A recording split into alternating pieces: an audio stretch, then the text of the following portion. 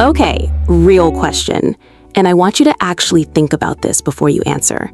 If someone slid a check for $10 million across the table to you right now, but they said, take this, and I can guarantee you will never feel truly happy again. Would you take it? Oh, we are starting hard today. Hey everyone, welcome to Kindle English Podcast. I'm so glad you're here with us. I'm Hazel. And I'm Finn. And I am still recovering from that opening question. Like, my brain just went completely silent for a second. Good. That's what it's supposed to do. Because that's exactly the territory we're heading into today. Rich versus happy. That push and pull that so many of us live with.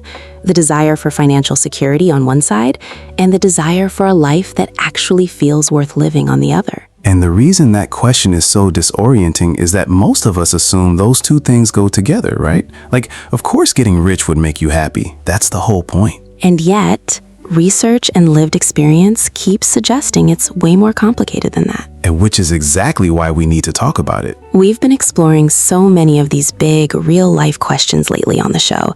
And honestly, this one feels like the conversation most people are having quietly in their own heads, but almost never out loud. Because money is still weirdly taboo, isn't it? Like, you can say, I want to be happier at a dinner party, and everyone nods warmly. But if you say, I want to be rich, the room goes a little quiet. Forks stop midair. Exactly, the fork pause. So today, no fork pauses, just an honest conversation. And hey, if you're new to Kindle English Podcast, welcome. Hit that subscribe button. We're so glad you found us, and you'll definitely want to be here for the conversations we've got coming. Now, here's what kicked all of this off for me. I was reading something a while back about people who win the lottery, and not just the big initial happiness rush, but what happens 5-10 years down the line. And there's this pattern that researchers keep finding. Oh, I think I know where this is going. So a lot of lottery winners report this incredible burst of joy right after the win. Obviously, life-changing money, total freedom, it's extraordinary. But then, gradually, they drift back to roughly the same emotional baseline as before. Like their bank account transformed completely, but their day-to-day happiness didn't. That is such an unsettling thing to hear. It is, but I also think it's one of the most useful things to understand. Because if money alone doesn't move the needle on happiness permanently, then what does? And that's the conversation, because so many people, including me genuinely, spend huge amounts of energy chasing money, thinking it's going to open some door to a better feeling. And I want to actually examine that today. Chasing. I love that word here, Finn, because that's exactly what it feels like. It's not just wanting money, it's running after it, like it's always just slightly out of reach. Always one step ahead of you. Let's just start at the very beginning. If you ask people, really ask them, what do they want most from life? Do they say money or happiness? I think most people would say happiness without hesitating. Like, if a survey asked, what is your number one goal in life? The vast majority would say some version of being happy or fulfilled. And the surveys consistently back that up. Happiness across almost every culture and demographic comes out on top. And yet. And yet, behavior tells a completely different story. People take jobs they dislike because of the salary. They skip holidays because of deadlines. They work overtime for years, telling themselves, just a bit longer, just until I hit this number. Oh, I have been so guilty of this. There was a period in my early career where I kept telling myself, just get through this year and things will calm down. And then the year would end and I'd say the same thing again. Same promise, different year. It's like being on a treadmill. You keep running, but the scenery never changes. Wait, isn't there actually a psychological term for that? Because that image of a treadmill feels really specific. There is, and it's called the hedonic treadmill. Hedonic, spelled Hedonic, from the Greek word for pleasure. It describes the way humans tend to return to a relatively stable level of happiness after major positive or negative life changes. Basically, we adapt. So it's like you get a huge raise, you feel genuinely great, but within 6 months, your expectations adjust upward, your reference point shifts, and you feel roughly the same as you did before? Exactly. And this is true in both directions. People who go through very difficult events often eventually return to a similar emotional baseline too. We're remarkably good at adapting. Which sounds like a good thing until you realize it means nothing you buy ever stays exciting. Right. The new phone is the phone within a few months. The new car is just the car by winter. The hedonic treadmill is everyone who's ever owned a car with heated seats. First winter, incredible luxury. Second winter, just the car being normal. Perfect example. The treadmill keeps moving. You have to keep running just to stay in the same emotional place. So what do you do with that? Once you know the treadmill is there. I think the first thing you do is stop being surprised by it. Stop assuming the next thing will be the thing that finally tips the scales permanently. Because it won't. And that's not a moral failing. It's just how we're wired. And maybe the second thing is to stop running quite so hard. This makes me think of someone I used to know. I'll call him Marco. And Marco was genuinely one of the most driven people I've ever met. Laser focused on money from very early on. Like, how focused are we talking? Office at 7 a.m., left at 9 or 10 p.m. most nights. Ate lunch at his desk 5 days a week. Every conversation somehow circled back to investments, equity, growth, salary bands. The guy was completely all in. The dream, if you believe what hustle culture tells you. Right? And by his early 30s, he genuinely done it. He had real money. A flat in the city, a car he'd always wanted, savings, investments, the whole picture that he'd been painting in his head for years. And? I ran into him at a coffee shop maybe a year or so after that point. Just bumped into him. I asked, "How are things?" completely casually. And he looked at me for a second and said, "Honestly, I don't really know." Oh. He'd gotten everything he thought he wanted. The apartment was gorgeous, the car was on the street outside, and he was spending evenings there alone, not sure what to do with himself. He'd spent so long in the chase that he'd forgotten to build a life alongside it. His long-term relationship had ended, his close friendships had thinned out, people had stopped calling because he was always too busy to respond. He didn't have hobbies anymore. He dropped everything that wasn't income generating years ago. He'd confused the vehicle with the destination. That's it exactly. The money was supposed to be the thing that let him live, but in earning it, he'd actually forgotten to live. And I think this is something people can relate to on some level, even if they've never come close to Marco's situation. That I'll be happy when mentality. When I pay off this debt, when I get the promotion, when I hit a certain number in my savings account. The when keeps drifting forward. The when is always in the future, never arrives. And there's a trade-off happening there that nobody really announces. Every hour spent working past what's necessary is an hour not spent on relationships, on rest, on the things that turn out to matter most. That's the trade-off. Giving up time and connection now in exchange for financial security later. And sometimes that trade-off makes sense. Sometimes it absolutely doesn't. And I think what makes Marco's story genuinely sad, not in a judgmental way, but genuinely sad, is that nobody told him there was going to be a trade-off. He was just chasing the goal. The brochure for success doesn't mention what you pay for it. Okay, Finn, I have to bring in one of my all-time favorite English expressions here. Keeping up with the Joneses. Do you know this one? Oh, completely. The Joneses are those neighbors who always seem to have nicer stuff than you. Exactly. So keeping up with the Joneses means trying to match the lifestyle, the possessions, the status symbols of the people around you, your neighbors, your colleagues, your friends' Instagram accounts, because you feel like you should have what they have. Ah, yes. The most fun game in the world that no one ever wins. Because there are always more Joneses higher up. Don't get me started, because I have a genuinely embarrassing personal example of this. A couple of years ago, I had this apartment I loved, really loved it. Good location, great natural light coming in through these big windows in the morning. I was genuinely happy there. Sounds lovely. And then a colleague showed me photos of his new place. Bigger, newer, better location. And I went home that night and was suddenly online at midnight looking at real estate listings. Midnight, for a place I had absolutely no reason to leave. The midnight spiral. The midnight spiral. And here's the thing, nothing had changed about my apartment. Same windows, same great morning light, same everything. The only thing that changed was that I'd seen something that made mine feel small by comparison. That's the trap right there. Keeping up with the Joneses isn't really about what you have. It's about what you have relative to someone else. And relative is a moving target. Because there's always someone with more. Always, no matter what level you're on. I've heard it said that even extremely wealthy people compare themselves to each other and feel behind. At a certain level, it's not even about the money anymore. It's entirely about status and position. Which means the comparison never actually stops. It just changes vocabulary. And here's the uncomfortable truth about social media's role in this. We're now all running in a comparison loop that previous generations just didn't have. Our grandparents compared themselves to maybe 50 people they actually knew.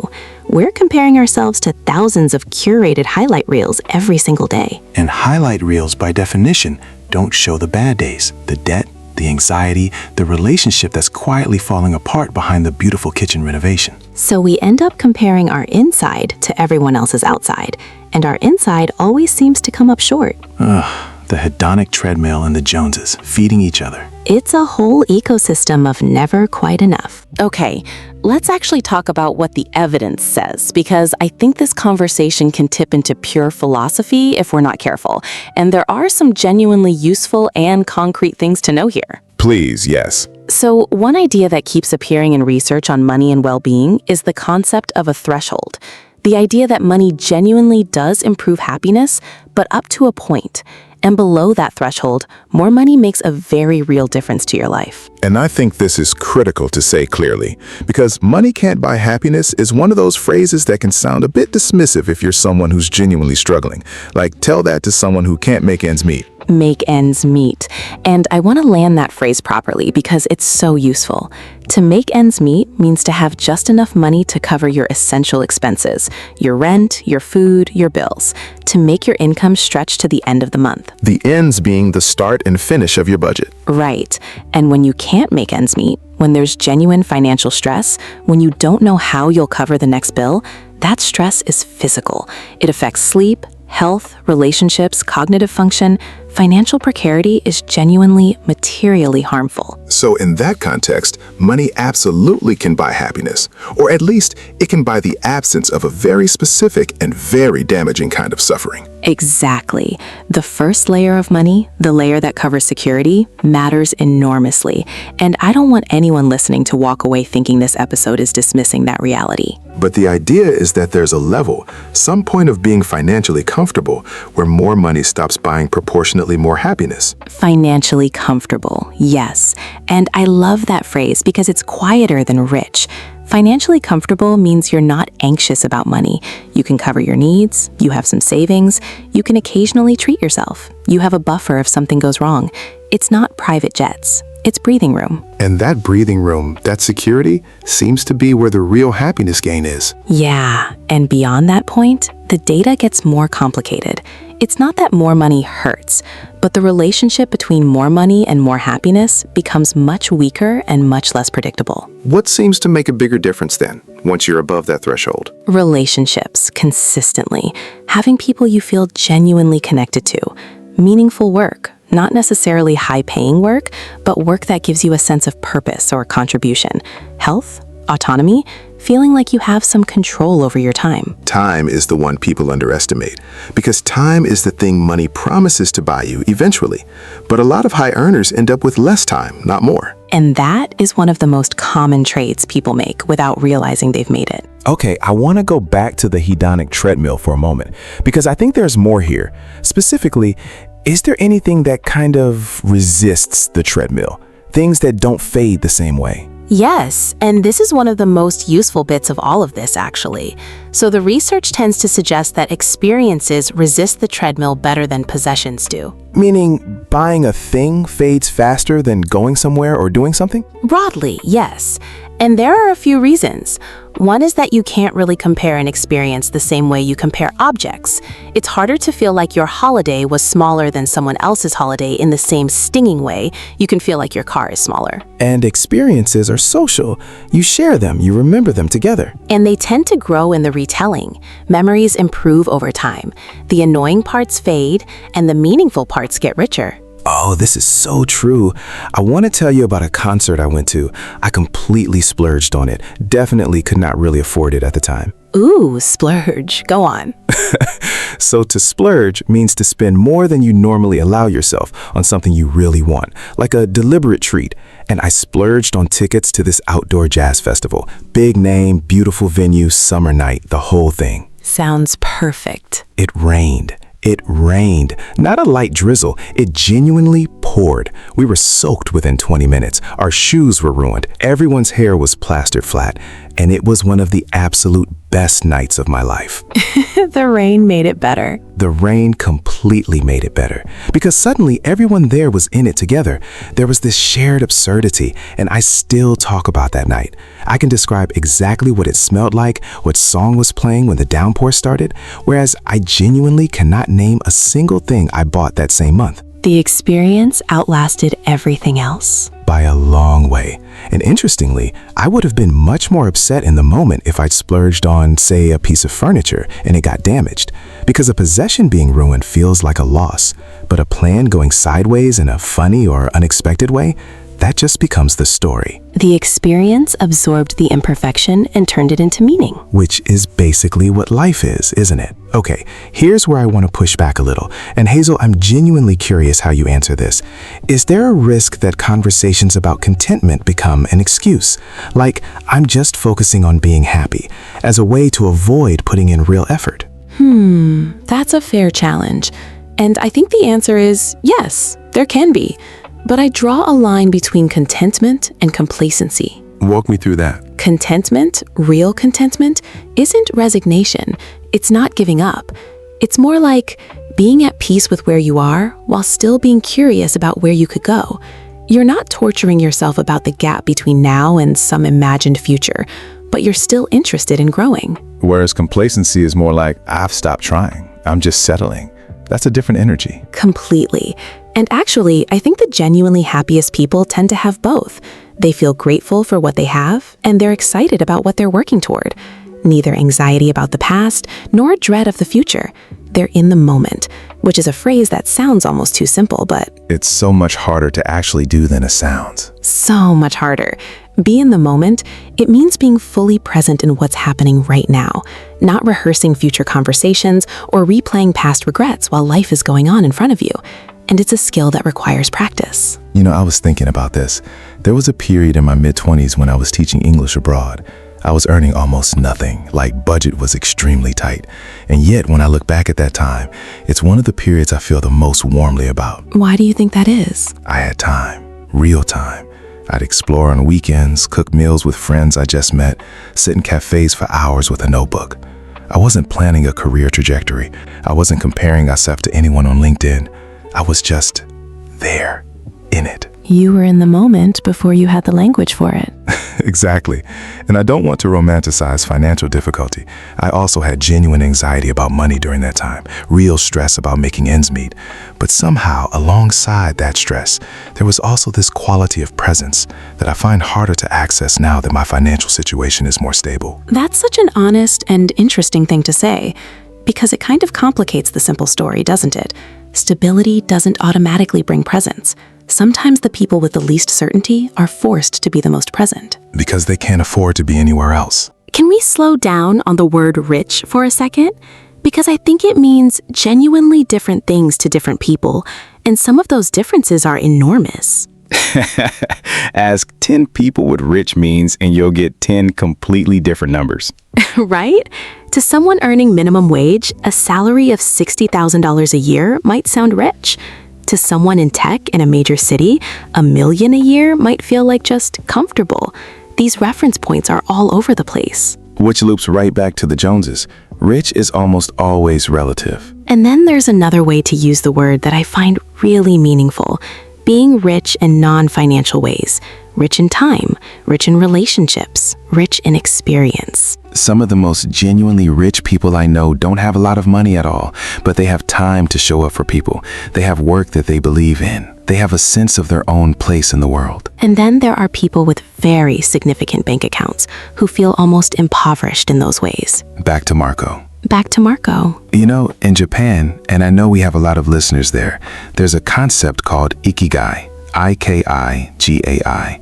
It roughly translates to your reason for being, the intersection of what you love, what you're good at, what the world needs, and what you can't be paid for. Ikigai, I find that concept beautiful because it's asking, what's your reason to get out of bed in the morning?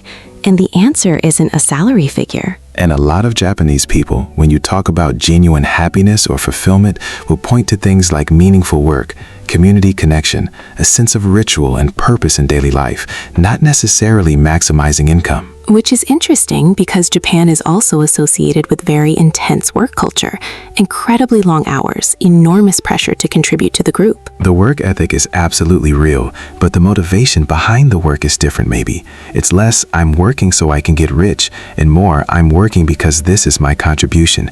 This is part of who I am. Purpose rather than accumulation. And I think that's a genuinely different relationship with work. Not better or worse necessarily, just different. And we're thinking about if you're someone stuck on the treadmill, wondering if there's a different way to frame all of this. Okay, I want to share a real conversation now, because this is something I haven't told many people. This is about my cousin. I'll call her Nadia. Tell me about Nadia. So Nadia had been working towards this particular promotion for about 3 years. Senior role, bigger team, significant pay increase. It was the goal. That goal you can see every day on the horizon. And she got it. She texted me, "I got it, let's celebrate, dinner on me." And we met up, and within about 10 minutes of sitting down together, I could see it. The energy just wasn't there, like a balloon that's slowly going flat. Already? She told me that the morning after she found out, she woke up and the very first feeling she had was not excitement, it was dread. Because suddenly, she was responsible for a whole team's performance. Her hours were going to increase, and she realized with terrible clarity that she'd worked so hard to get there that she didn't even know if she still wanted it. Oh, that's such a gutting feeling. And she said something that has genuinely stayed with me. She said, "I spent so long climbing the ladder that I never checked if it was leaning against the right wall." That's a really powerful line. And the word for what she was experiencing is being burnt out. Burnt out. It means being utterly exhausted, emotionally, mentally, physically, from sustained overwork or pressure, to the point where you have no reserves left, no energy, no motivation, no joy. And she was burnt out before she'd even started the new job. The years of chasing had drained her completely before she could enjoy what she chased. What happened? She took 3 months off, unpaid, which was genuinely terrifying from a financial standpoint, but she said it was the clearest decision she ever made. She came back knowing, really knowing, what she wanted work to look like for her, not what looked impressive, what actually fit her life. Admiringly. Good for her. And this brings me to the role play, because one thing learners often tell us is that talking about work-life balance in English, especially in a casual conversation with someone you don't know that well, feels really awkward. Like, how honest do you be? Nodding. Too little and you sound robotic. Too much and you've basically just done therapy on them in the middle of a coffee shop. Exactly. So let me set the scene. You've run into an old colleague. You worked together a couple of years ago, haven't crossed paths since. They ask how work is going, and you've genuinely been feeling burnt out lately, but you don't want to unload. Got it. I want to be honest without catastrophizing. Okay, I'll be the colleague. Ready? Ready. Oh, wow. Hi. I haven't seen you in forever. How's work going these days? It's going. Honestly, I've been trying to recalibrate a bit lately. Things got pretty intense for a while, so I've been making some conscious changes. How about you? Oh, I completely know that feeling. Seems like everyone's in that boat right now. Right? Anyway, it's getting better. What are you working on these days? Perfect. See what Finn did there? He acknowledged the difficulty, things got pretty intense, without dramatizing it. He showed he was taking ownership, making conscious changes, without making it a crisis. And then he flipped it back immediately with a question. That keeps the conversation balanced and open. And recalibrate is a great word there. It sounds reflective and grown up, not complaining. And notice there was no oversharing, no detail about the actual problem, just enough honesty to feel human, and then a door opened for them to talk. That's a really valuable conversational move in English. All right. Because we always want to make sure you can actually use what we talk about. Let's talk about how to have this kind of conversation in real English. Because money and happiness is a topic where the vocabulary can feel either too formal or just not right. And most people, even native speakers, struggle to start this conversation. So how do you open it? A great low-pressure opener is something like, "Can I ask you something a bit personal?" Because it explicitly gives the other person permission to say, "Now's not great," or "Sure, what's up?" Either answer is fine. You haven't committed to anything yet. Or even more casual, This might sound like a random question, and people are immediately curious because you flagged that something interesting is coming. It's like the adult version of, I have a secret. Exactly. And for this specific topic, money and happiness, a really natural opener that doesn't feel intrusive might be, do you ever feel like you're chasing something but you're not totally sure what it is? Ooh, that's good. Because it's about experience, not numbers. You're not asking what someone earns. You're asking how someone feels. And most people have an answer to that. Now, what about disagreement? Because this is a topic where people have very different instincts. What if someone says money is everything and you genuinely don't agree? This is where softer English is such a valuable tool. Instead of I disagree, which can land as confrontational, try I see where you're coming from, but I wonder if you've acknowledged their point before you push back. The conversation stays open. Nodding. Or, that's interesting, my experience has been a bit different actually. You're not saying they're wrong. You're introducing a different data point. Yourself. See? I didn't say no, you're wrong. I offered a different perspective. That's what keeps it friendly. That's what keeps it a conversation and not a debate. And what about when you need to think? Like someone asks you a big question. What does success actually mean to you? And your brain just goes blank. Which mine does constantly. Thinking phrases are completely underused. Oh, let me think about that for a second. Or, that's a big one, I'd have to say. Or even just a genuinely considered, gives your brain a moment without going awkwardly silent. And silence in conversation can feel heavy. That filler buys you the time you need.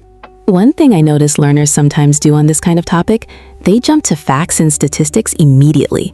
In my country, the average salary is, instead of starting with how they personally feel about it. And facts can actually shut a conversation down, weirdly, because then the other person feels like they have to respond with facts. Whereas feelings invite feelings. So try leading with something like, honestly, for me, money has always been more about security than status. That's a personal perspective. It's vulnerable in a small, manageable way, and it almost always gets the other person leaning in. Can we go cultural for a bit? Because I genuinely think where you grew up shapes your relationship with this question in really profound ways. Oh, completely. And the US is probably the most fascinating place to start because the whole American dream narrative is so built around the idea that hard work leads to financial success, and financial success leads to freedom and happiness. It's almost a cultural religion, isn't it? The belief that anyone can make it if they work hard enough. And there's something genuinely inspiring in that. The belief that your background doesn't have to define your future, that's actually quite radical historically. But the shadow side is that it creates a culture where hustle is celebrated, rest is seen as weakness, and if you're not succeeding financially, the implication is that you haven't tried hard enough. Which ignores structural reality completely, but it's a very psychologically present narrative. And work-life balance gets talked about constantly in American corporate culture, endless seminars and corporate wellness programs, but the actual practice of it, the actually leaving on time, actually using your holiday days, still lags behind a lot of comparable countries. Work-life balance, and that phrase is worth holding for a second. It means having a healthy equilibrium between the time and energy you give to work and the time and energy you give to the rest of your life. Relationships, health, rest, joy. And when the balance tips too far toward work, the rest of life quietly erodes. Whereas Australia, and I've spent real time there, feels meaningfully different. There's still ambition, people work hard, build businesses, care about their careers, but there's this genuine cultural conviction that the weekend exists for a reason. Leisure is not a reward you have to earn. It's a given. The no worries energy. Right? And it's not just a phrase, it really is close to a philosophy. Don't catastrophize. Most things sort themselves. Life is to be enjoyed, not just endured. And Australia consistently comes out very high in international quality of life surveys, which I find genuinely interesting. I think outdoor culture, social connection, shorter commutes in many places, it all feeds into a different texture of daily life. Less of the rat race atmosphere. And rat race, I want to give that phrase its due. The image is rats running on a wheel, as fast as they can, going nowhere. The rat race describes the relentless, competitive pursuit of money, status, and advancement that characterizes modern professional life. And the key word, the important word, is trapped. Most people in the rat race didn't consciously sign up for it. They just looked around one day and realized they were running. It's the treadmill, just with more people on it. Always the treadmill. And in the UK, where I know we have listeners too, there's this fascinating cultural awkwardness around money specifically. Talking about what you earn has traditionally been considered quite vulgar, not done. You can absolutely figure out someone's financial situation from their postcode, their school, their holiday destination, which newspaper they read. All of it gets read as class signals, but you do not ask directly. Never. The directness would be mortifying. And yet the inference is completely fine. Though this is genuinely shifting, younger generations in the UK are much more open about discussing salaries, especially as a matter of pay equity, which I think is healthy and overdue. And then Japan, which we've touched on, but there's so much more. There's a Japanese concept, karoshi, K-A-R-O-S-H-I, which literally translates as death from overwork. And that's not a metaphor. It refers to people dying from overwork-related causes, cardiovascular events, sometimes suicide, directly linked to extreme working hours. Which is about as sobering a reminder as you can find of where this treadmill leads when it's taken to its extreme. The rat race at its most devastating conclusion. And at the same time, Japan also has this deep and beautiful culture of finding meaning in craft and doing your work with care and precision, regardless of what the work is. The concept of monozukuri, the art of making things. Pride and excellence for its own sake, not just its financial reward. So there are two things happening simultaneously in Japan that feel like their intention: extreme work pressure and deep attention to the meaning of work. Which maybe reflects the larger tension we've been talking about all episode. The tension between the economic demands of modern life and the human need for meaning. So after all of this, the treadmill, the rat race, Marco's empty apartment, Nadia's ladder leaning on the wrong wall, the rain-soaked jazz festival, what do we actually take away from this? Please don't say money can't buy happiness. I will groan out loud. I'm not going to say it, because honestly, that phrase has always slightly annoyed me. It's too tidy. It lets people off the hook. Relieved. Thank you. Because money can buy happiness in real, meaningful, specific ways. It buys security. It buys access to healthcare. It buys time when you can afford help with things. It buys experiences. It buys the ability to show up for people you love without constantly being stressed and distracted. All of that is real. And anyone who's genuinely struggled to make ends meet knows that the absence of financial security is its own very specific, very grinding form of misery. Yes, the floor matters. The floor genuinely matters. But the ceiling is where it gets complicated. The idea that once you're comfortably above the floor, once you're financially comfortable, just piling on more money keeps improving things at the same rate. That seems to be where the story stops being true. And I think the dangerous myth is that there's a number, a specific number in your bank account that once you hit it, unlocks something. Peace, meaning, connection, and that just isn't how it works. Enough is enough. And I know that phrase usually means stop, this is too much, but I think there's another way to hear it. Go on. As a statement of arrival, almost. I have enough. That is enough. Not said with resignation, said with genuine peace. Like I have looked at my life, and I have decided that what I have is actually sufficient. I'm okay. Saying it as a full stop, not a complaint. And I think that's actually harder to arrive at than any financial goal, because the world is so invested in making sure you never quite feel like you have enough. That's where the real work is. Not earning more, choosing a new definition of enough. You know what I've started doing? And this sounds small, but I found it genuinely useful. I occasionally ask myself, if nothing about my circumstances changed from this exact moment forward, could I be okay with that? And what do you find? Mostly yes. More often than I expect. And that surprises me every time because my instinct is always to think there's something missing. But when I actually check, when I sit with it, things are okay. More than okay. That's such a valuable practice. And it doesn't mean stopping ambition. It means separating contentment, which is about now, from aspiration, which is about the future. You can have both. In fact, you need both. Content with where you are, curious about where you could go. And for anyone listening who is genuinely in a place of financial stress right now, where making ends meet is a real daily challenge, that question might not feel answerable yet, and that's completely valid. Getting to stable ground first is the priority. The deeper conversation about meaning and contentment sits on top of that foundation, not instead of it. The floor first. Always the floor first. Okay, I think we should probably bring this home, though honestly, I would sit here and talk about this for another 2 hours. Same, but let's land it properly. So, what have we actually done today? We talked about the hedonic treadmill, this really important psychological concept about how we adapt to our circumstances, good and bad, and tend to drift back to a baseline level of happiness regardless of external changes. We talked about keeping up with the Joneses, the comparison trap, and how comparison makes perfectly good lives feel insufficient because there's always another level of Joneses to compare yourself to. We met Marco, who chased financial success with everything he had and arrived there to find it felt surprisingly hollow.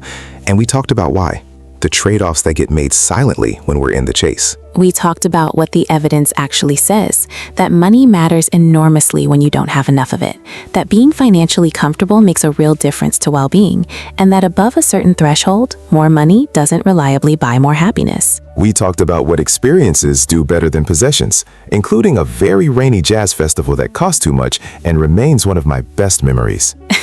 Still the best decision. We went cultural. The hustle energy of the US, the no worries philosophy of Australia, the unspoken class codes of the UK, the deep but complicated relationship Japan has with work and meaning. And we talked about contentment, what it actually is, how it's different from giving up, and how choosing to feel like you have enough might be one of the genuinely countercultural acts available to us right now. Enough is enough, not as a complaint, as a choice. If this conversation was useful to you, if it gave you a new phrase or a new way of thinking, or even just an hour of good company while you were commuting or cooking or going for a walk, please hit like and share it with someone who'd appreciate it. It's genuinely the best way to help more people find us here at Kindle English Podcast. And subscribe if you haven't. New episodes go up regularly, and we really do put our whole selves into these conversations. And next time, we're going somewhere that I think will feel really close to home for a lot of you. We're going to be exploring the conversations people find hardest to have. Big decisions, life changes, the moments when you genuinely don't know how to find the words. How do you talk about the things that matter most? It's going to be a really rich one, no pun intended. The pun was absolutely intended. We'll see you there. Thanks for spending this time with us, genuinely. We'll see you in the next episode, everyone. Take care of yourselves. And wherever you are on the rich to happy spectrum today, the fact that you spent an hour trying to learn and grow and think differently, that's actually not nothing. That's actually quite a lot. See you next time.